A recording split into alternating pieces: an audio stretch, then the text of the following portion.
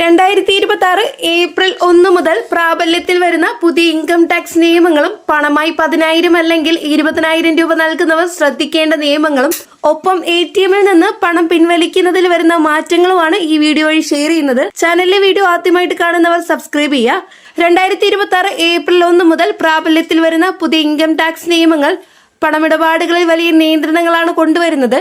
സാമ്പത്തിക സുതാര്യത ഉറപ്പാക്കുന്നതിനും കള്ളപ്പണ ഇടപാടുകൾ തടയുന്നതിനുമാണ് ആദായ നികുതി വകുപ്പ് ഈ പരിഷ്കാരങ്ങൾ നടപ്പിലാക്കുന്നത്. ഇതിൽ ആദ്യത്തേത് ഒരു സാമ്പത്തിക വർഷം ബാങ്കിൽ നമുക്ക് ഡെപ്പോസിറ്റ് ചെയ്യാൻ സാധിക്കുന്നതിലെ പരിമിതികളെ കുറിച്ചാണ്. ഇതുമായി ബന്ധപ്പെട്ട് വന്നിരിക്കുന്ന മാറ്റങ്ങൾ നോക്കാം. ഇത് 2 സെക്ഷനായി തിരിച്ച്, അതായത് പാൻ കാർഡ് ഉണ്ടെങ്കിൽ എത്ര നിക്ഷേപിക്കാം, പാൻ കാർഡ് ഇല്ലെങ്കിൽ എത്ര നിക്ഷേപിക്കാം എന്ന് നോക്കാം. പാൻ കാർഡ് ഉള്ള വ്യക്തികൾക്ക് ഒരു സാമ്പത്തിക വർഷം തങ്ങളുടെ സേവിംഗ് അക്കൗണ്ടിൽ പരമാവധി 10 ലക്ഷം രൂപ വരെ നിക്ഷേപിക്കാം. ഈ പരിധി ലംഘിച്ചാൽ ആദായ നികുതി വകുപ്പിന്റെ നിരീക്ഷണത്തിൽ വരാൻ സാധ്യതയുണ്ട്. ബിസിനസ് ആവശ്യങ്ങൾക്കായി ഉപയോഗിക്കുന്ന കറണ്ട് അക്കൗണ്ടുകളിൽ പാൻ കാർഡ് ഉള്ളവർക്ക് ഒരു സാമ്പത്തിക വർഷം 50 ലക്ഷം രൂപ വരെ നിക്ഷേപിക്കാവുന്നതാണ്. ഇതിൽ കൂടുതൽ നിക്ഷേപിക്കുന്നത് IT വകുപ്പിന്റെ ശ്രദ്ധയിൽപ്പെടും. ഇനി പാൻ കാർഡ് ഇല്ലാത്ത ഒരാളാണ് നിങ്ങളെങ്കിൽ ഇൻകം ടാക്സിന്റെ 2025 പുതുക്കിയ നിയമപ്രകാരം, അതായത് 2026 ഏപ്രിൽ 1 മുതൽ നിലവിൽ വരുന്ന ഈ നിയമപ്രകാരം നിങ്ങൾക്ക് ഡെപ്പോസിറ്റ് ചെയ്യാൻ സാധിക്കുന്ന പരമാവധി തുക 5 ലക്ഷം രൂപ മാത്രമായിരിക്കും. അതായത് പാൻ കാർഡ് ഇല്ലാത്ത ഒരാൾ 5 ലക്ഷം രൂപയിൽ കൂടുതൽ ഡെപ്പോസിറ്റ് ചെയ്താൽ നിങ്ങളുടെ ആധാർ വിവരങ്ങൾ ഉപയോഗിച്ച് ബാങ്ക് ഇൻകം ടാക്സ് ഡിപ്പാർട്ട്മെന്റിന് നിങ്ങളുടെ ട്രാൻസാക്ഷൻ റിപ്പോർട്ട് ചെയ്യും. ഇതിനുശേഷം നിങ്ങൾക്കൊരു നോട്ടീസ് വന്നേക്കാം. നിങ്ങളുടെ അഡ്രസ്സിലേക്കോ അല്ലെങ്കിൽ SMS ആയിട്ടോ മെയിലായിട്ടോ നിങ്ങൾക്ക് ഈ നോട്ടീസ് വന്നേക്കാം. ഏറ്റവും പുതിയ നിയമപ്രകാരമാണ് ഈ പുതിയ രീതി നടപ്പിലാക്കുന്നത്.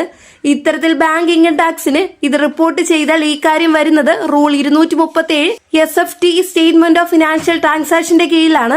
ബാങ്ക് ഇൻകം ടാക്സ് ഡിപ്പാർട്ട്മെന്റിന് നിങ്ങളുടെ പണമിടപാടുമായി ബന്ധപ്പെട്ട വിവരങ്ങൾ കൈമാറിയാൽ ഇൻകം ടാക്സ് പ്രധാനമായും ചോദിക്കുന്നത് നിങ്ങളുടെ പണത്തിന്റെ ഉറവിടം എന്താണെന്നാണ്. നിക്ഷേപിച്ച പണത്തിന്റെ കൃത്യമായ രേഖകളോ ഉറവിടമോ കാണിക്കാൻ സാധിച്ചില്ലെങ്കിൽ ആ തുക അൺഎക്സ്പ്ലെയിൻഡ് ക്യാഷായി കണക്കാക്കുന്നു. ഇത്തരത്തിൽ 84% വരെ നികുതിയും പിഴയും അടയ്ക്കേണ്ടി വരും. നിങ്ങൾ നിങ്ങളുടെ പണത്തിന്റെ ഉറവിടം തെളിയിക്കാൻ സാധിച്ചാൽ മറ്റു പ്രശ്നങ്ങളൊന്നും ഉണ്ടാകില്ല. വരാനിരിക്കുന്ന മറ്റൊരു പുതിയ നിയമം സെക്ഷൻ 194N പ്രകാരമുള്ള ക്യാഷ് വിഡ്രോവൽ റൂളുകളാണ്. അതായത് പണം പിൻവലിക്കുന്നതുമായി ബന്ധപ്പെട്ട നിയമങ്ങൾ. DDS മുഖാന്തരം പണം പിൻവലിക്കൽ ഇൻകം ടാക്സ് ഡിപ്പാർട്ട്മെന്റിന്റെ കൃത്യമായി ട്രാക്ക് ചെയ്യും. ITL ഫയൽ ചെയ്യാത്തവർക്ക് 1 വർഷം പിൻവലിക്കാവുന്ന പരമാവധി തുക 20 ലക്ഷം രൂപയാണ്.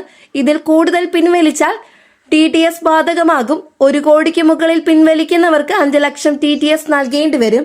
നിങ്ങൾ തുടർച്ചയായി ITR ഫയൽ ചെയ്യുന്ന ഒരാളാണെങ്കിൽ അല്ലെങ്കിൽ കൃത്യമായി നികുതി അടയ്ക്കുന്ന ഒരാളാണെങ്കിൽ 1 കോടി രൂപ വരെ നിങ്ങൾക്ക് പിൻവലിക്കാൻ സാധിക്കും. 1 കോടി രൂപയ്ക്ക് മുകളിലാണ് നിങ്ങൾ പിൻവലിക്കുന്നതെങ്കിൽ 2% TTS നൽകേണ്ടി വരും. വളരെ പ്രധാനപ്പെട്ട മറ്റൊരു കാര്യം, ഈ ട്രാൻസാക്ഷനുകൾക്കെല്ലാം IT ഡിപ്പാർട്ട്മെന്റ് കൃത്യമായി ട്രാക്ക് ചെയ്യുന്നതാണ്. ഇനി നിക്ഷേപവും പിൻവലിക്കലും മാത്രമല്ല, മറ്റു ചില ക്യാഷ് ലിമിറ്റുകളുണ്ട്. പലപ്പോഴും ആളുകൾ അറിയാതെ തന്നെ ഇത് ലംഘിക്കുന്നു. ഈ നിയമങ്ങൾ ലംഘിച്ചാൽ വലിയ പിഴ അടയ്ക്കേണ്ടി വരാം. ഒരു ബിസിനസ് നടത്തുന്ന വ്യക്തിക്ക് ഒരു ദിവസം ഒരാളിൽ നിന്ന് 2 ലക്ഷം രൂപയിൽ കൂടുതൽ പണമായി സ്വീകരിക്കാൻ അനുവാദമില്ല. ഈ നിയമം ലംഘിച്ചാൽ സ്വീകരിച്ച തുകയുടെ 100% പിഴയായി നൽകേണ്ടി വരും. അതോടൊപ്പം ഭൂമിയോ വീടോ വാങ്ങുമ്പോൾ 20,000 രൂപയിൽ കൂടുതൽ തുക ടോക്കൺ അഡ്വാൻസ് ആയോ മറ്റു പണമായി നൽകാൻ പാടില്ല. വസ്തു ഇടപാട് റദ്ദാക്കി പണം തിരികെ നൽകുമ്പോഴും ഇതേ നിയന്ത്രണം ബാധകമാണ്. അതുപോലെ 20,000 രൂപയിൽ കൂടുതൽ തുക ലോണായി വാങ്ങുന്നതിനോ തിരികെ നൽകുന്നതിനോ പണം ഉപയോഗിക്കാൻ പാടില്ല. നിയമലംഘനം നടത്തിയാൽ കൈമാറ്റം ചെയ്ത തുകയുടെ 100% പിഴ ഈടാക്കും. സെക്യൂരിറ്റി ഡെപ്പോസിറ്റ് നിയമത്തിലും മാറ്റമുണ്ട്. വാടക വീടുകൾക്കായി നൽകുന്ന സെക്യൂരിറ്റി ഡെപ്പോസിറ്റുകൾ 20,000 രൂപയിൽ കൂടുതൽ പണമായി നൽകാൻ പാടില്ല. വൈറ്റ് മണിയാണെങ്കിലും ബ്ലാക്ക് മണിയാണെങ്കിലും നിശ്ചിത പരിധിക്ക് മുകളിലുള്ള പണമിടപാടുകൾ ശിക്ഷാർഹമാണ്. അടുത്തത് ബിസിനസ് ആവശ്യങ്ങൾക്കായി ഒരാൾക്ക് ഒരു ദിവസം 10,000 രൂപയിൽ കൂടുതൽ പണമായി നൽകിയാൽ ആ തുക ബിസിനസ് ചെലവായി കണക്കാക്കില്ല. ഇത് ബിസിനസ് ലാഭം വർദ്ധിപ്പിക്കുകയും അതുവഴി കൂടുതൽ നികുതി അടയ്ക്കേണ്ടി വരികയും ചെയ്യും. ഏപ്രിൽ 1 മുതൽ ബാങ്ക് ട്രാൻസാക്ഷനുമായി ബന്ധപ്പെട്ട ഇൻകം ടാക്സ് കൊണ്ടുവന്ന പുതിയ നിയമങ്ങളാണിവ.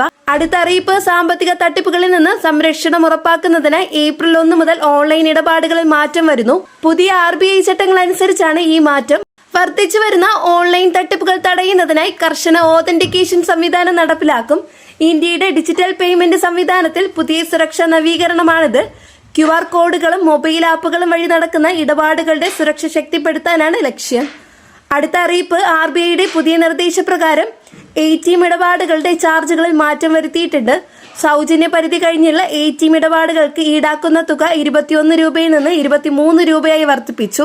സ്വന്തം ബാങ്കിന്റെ ATMകളിൽ നിന്നും പ്രതിമാസം 5 സൗജന്യ ഇടപാടുകൾ നടത്താം. മറ്റു ബാങ്കുകളുടെ ATMകൾ ഉപയോഗിക്കുമ്പോൾ മെട്രോ നഗരങ്ങളിൽ 3 ഇടപാടുകളും നോൺ മെട്രോ നഗരങ്ങളിൽ 5 ഇടപാടുകളും സൗജന്യമാണ്. ഈ പരിധി കഴിഞ്ഞാൽ ഓരോ അധിക ഇടപാടിനും പുതിയ നിരക്ക് ബാധകമാകും. കൂടാതെ ചില ഡെബിറ്റ് കാർഡുകൾക്ക് ദിവസം തോറും പിൻവലിക്കാവുന്ന തുകയിൽ പരിധി കുറിച്ചിട്ടുണ്ട്. പഞ്ചാബ് നാഷണൽ ബാങ്ക് പുതിയ മാറ്റങ്ങൾ കൊണ്ടുവന്നിട്ടുണ്ട്. നിലവിൽ 1 ലക്ഷം രൂപ വരെ പിൻവലിക്കാവുന്ന കാർഡുകൾ പരിധി 50,000 രൂപയായി കുറച്ചു. ഉയർന്ന പരിധിയുള്ള കാർഡുകളിൽ 1.5 ലക്ഷം രൂപയിൽ നിന്ന് 75,000 രൂപയായി കുറച്ചു. ഏപ്രിൽ 1 മുതൽ ഈ മാറ്റങ്ങൾ നിലവിൽ വരും. വളരെ പ്രധാനപ്പെട്ട ഒരു ഇൻഫർമേഷൻസ് ആണ് ഇന്നത്തെ വീഡിയോയിലൂടെ ഷെയർ ചെയ്തിട്ടുള്ളത്. അതുകൊണ്ട് തന്നെ നിങ്ങളുടെ സുഹൃത്തുക്കളിലേക്ക് ഇൻഫർമേഷൻ ഷെയർ ചെയ്തെത്തിക്കാനും മറക്കരുത്. ഇതുപോലുള്ള ഡെയിലി അപ്ഡേറ്റ്സും ഇൻഫർമേഷൻ നോട്ടിഫിക്കേഷൻ അറിയാനായിട്ട് ചാനൽ സബ്സ്ക്രൈബ് ചെയ്യാനും ബെൽ ഐക്കൺ അമർത്താനും മറക്കരുത്. നെക്സ്റ്റ് ഒരു ഡെയിലി അപ്ഡേറ്റ്സുമായിട്ട് കാണാം. എല്ലാവർക്കും താങ്ക് യു.